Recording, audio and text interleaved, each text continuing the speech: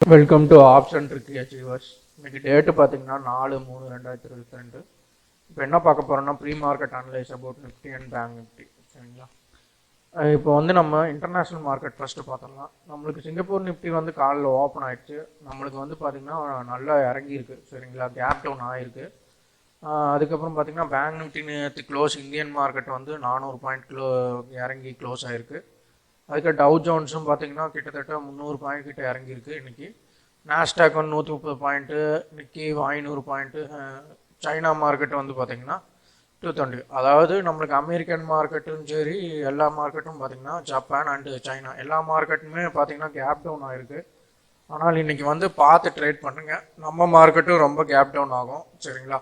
அப்போ இன்னைக்கு பார்த்தீங்கன்னா வால்டைல் மார்க்கெட்டாக தான் இருக்கும். சரிங்களா? இப்போ டவுன் ட்ரெண்டுங்கிறனால டக்குன்னு ஒரே சைடு மூவ்மெண்ட் போகும்னு சொல்ல முடியாது. ஏன்னா ரொம்ப டவுன் வச்சுட்டாங்கன்னா திரும்பி அதை கரெக்ஷன் எடுக்க பார்ப்பாங்க.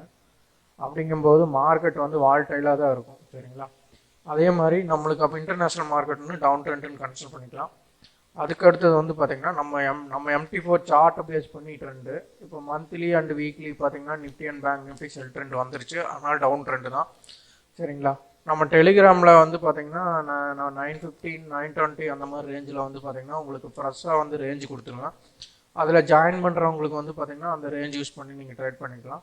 இது ஓவரால் ரேஞ்ச் இன்றைக்கி இந்த ரேஞ்ச் இருக்கும் அப்படின்னு ப்ரீ மார்க்கெட்லேயே நம்ம கொடுக்குறோம்.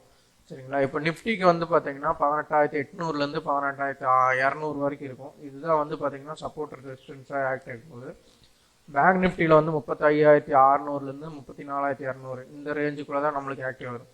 சப்போஸ் இது பிரேக் அவுட் நடந்துருச்சுன்னா நீங்கள் டெலிகிராமில் கொடுத்துருக்குற அந்த ரேஞ்ச் எடுத்து நீங்கள் ட்ரேட் பண்ணிக்கலாம்.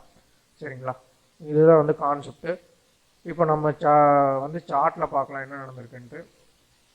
சார்ட்டில் பார்த்தீங்கன்னா சிங்கப்பூர் நிஃப்டி நம்ம மந்த்லி பிஇபி கீழே தான் வந்திருக்கு. கீழே பார்த்தீங்கன்னா S1 கிட்ட கீழே வரைக்கும் போயிட்டு திருப்பி மேலே வந்துட்டுருக்கு. ஓகேங்களா? இப்போ மார்க்கெட் இப்படியே சஸ்டெயின் ஆகிட்டு இருந்தால் மார்க்கெட் இந்த லோ கட் பண்ணிட்டானா மார்க்கெட் அவ்வளோதான். மார்க்கெட் கண்ட்ரோல் இல்லாமல் கீழே இறங்க ஆரம்பிச்சிடும். இந்த லோ கட் பண்ணாத வரைக்கும் தான் மார்க்கெட் ரேஞ்சாக இருக்கும். சரிங்களா?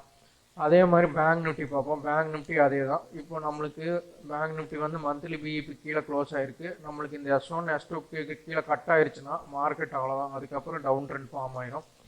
இல்லைன்னா என்ன ஆகுனா மார்க்கெட்டு திரும்பி கரெக்ஷன் எடுத்து ரேஞ்ச் மார்க்கெட் மாதிரி ஃபார்ம் ஆகிட்டு இருக்கும்.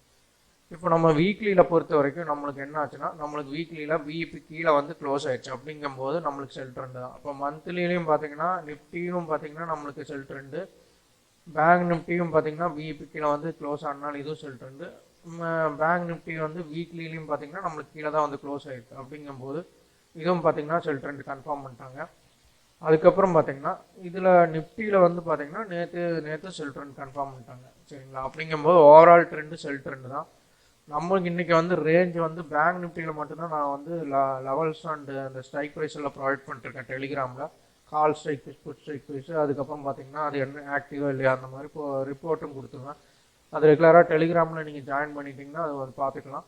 இப்போ நம்மளுக்கு இந்த ரேஞ்சுக்குள்ளே இருக்குமா இல்லை இன்றைக்கி பார்த்தீங்கன்னா மார்க்கெட் நல்லா கேப் டவுன் ஆனால் இந்த ரேஞ்சு பிரேக் அவுட் நடக்குமான்னு தெரியல. சப்போஸ் ரேஞ்சு பிரேக் அவுட் நடந்தாலும் ஒன்றும் பிரச்சனை, டெலிகிராமில் இருக்க ரேஞ்ச் யூஸ் பண்ணி கூட ட்ரேட் பண்ணிக்கலாம். ஓகேங்களா? இதுதான் கான்செப்ட். இது என்னோட கான்செப்ட் நான் எக்ஸ்பிளைன் பண்ணிடுறேன். நான் ரெண்டு விதமான பிஇபி போடுவேன். ட்ரெண்ட் அண்ட் வைப்பேன், மந்த்லி அண்ட் வீக்லி. சரிங்களா? மந்த்லி பார்த்தீங்கன்னா இந்த மந்த்லி பிஇபி போட்டுட்டு இது சப்போர்ட் ரெசிஸ்டன்ஸ். ஓகேங்களா? இது இந்த ரெட் கலர் லைன்லாம் பார்த்தீங்கன்னா R1 R2, இது S1 S2. ஓகேங்களா? இப்போ இந்த மந்த்லி பிஇபிக்கு மேலே சஸ்டெயின் ஆச்சுன்னா அது பை ட்ரெண்டாக போகும், கீழே சஸ்டெயின் ஆச்சுன்னா செல் ட்ரெண்டாக போகும். சரிங்களா? அதே மாதிரி இந்த 5 லைனுக்குள்ளே ட்ராவல் ஆகிட்டு இருக்கிறப்ப மார்க்கெட் ரேஞ்சாக தான் இருக்கும். அப்போ அது இந்த ரேஞ்ச் மார்க்கெட்டை நீங்கள் கன்சிடர் பண்ணிட்டு அதுக்கேற்ற மாதிரி டே ட்ரேட் பண்ணிக்கலாம். சரிங்களா? இதுதான் கான்செப்ட். இப்போ S2 பிரேக் பண்ணி கீழே சஸ்டெயின் ஆகி நின்று கீழே இறங்க ஆரம்பிச்சிட்டாங்கன்னா மார்க்கெட் ஒன் சைட் மூவ்மெண்ட்டாக போயிடும். அதே மாதிரி R2 பிரேக் பண்ணி சஸ்டெயின் ஆகி நின்று மார்க்கெட் மேலே போக ஆரம்பிச்சிட்டாங்கன்னா நல்லா பார்த்தீங்கன்னா உங்களுக்கு ஒன் சைட் மூவ்மெண்ட்டாக போகும். சரிங்களா? இதுதான் கான்செப்ட். ஸோ இது மந்த்லிக்கு உண்டான சப்போர்ட் ரெசிஸ்டன்ஸ் போட்டிருக்கேன். அதே வீக்லிக்கு போகும்போது சப்போர்ட்ன்ற கான்செப்ட் ஒன்று தான், ஆனால் என்னென்னா சப்போர்ட் ரெசிஸ்டன்ஸ் மட்டும் வேரி ஆகும். சரிங்களா? இதுதான். இதுக்கப்புறம் பார்த்தீங்கன்னா நான் டே ட்ரேடிங் லெவல்ஸ் கொடுத்துருவோம். அது எதுக்காகனா நம்ம பார்த்தீங்கன்னா என்ட்ரி போகிறக்காக. சரி, அதை பேஸ் பண்ணி நீங்கள் என்ட்ரி ரெஃபரன்ஸ் வச்சு அந்த என்ட்ரி போய்க்கலாம். இது கால் ஸ்ட்ரைக் ப்ரைஸும் கொடுத்துருவோம், அதை வச்சும் போய்க்கலாம். சரிங்களா? மேற்கொண்டு ஏதாவது டவுட்ஸ் இருந்தாலும் டெலிகிராமில் கேளுங்க, நான் கிளாரிஃபை பண்ணுறேன்.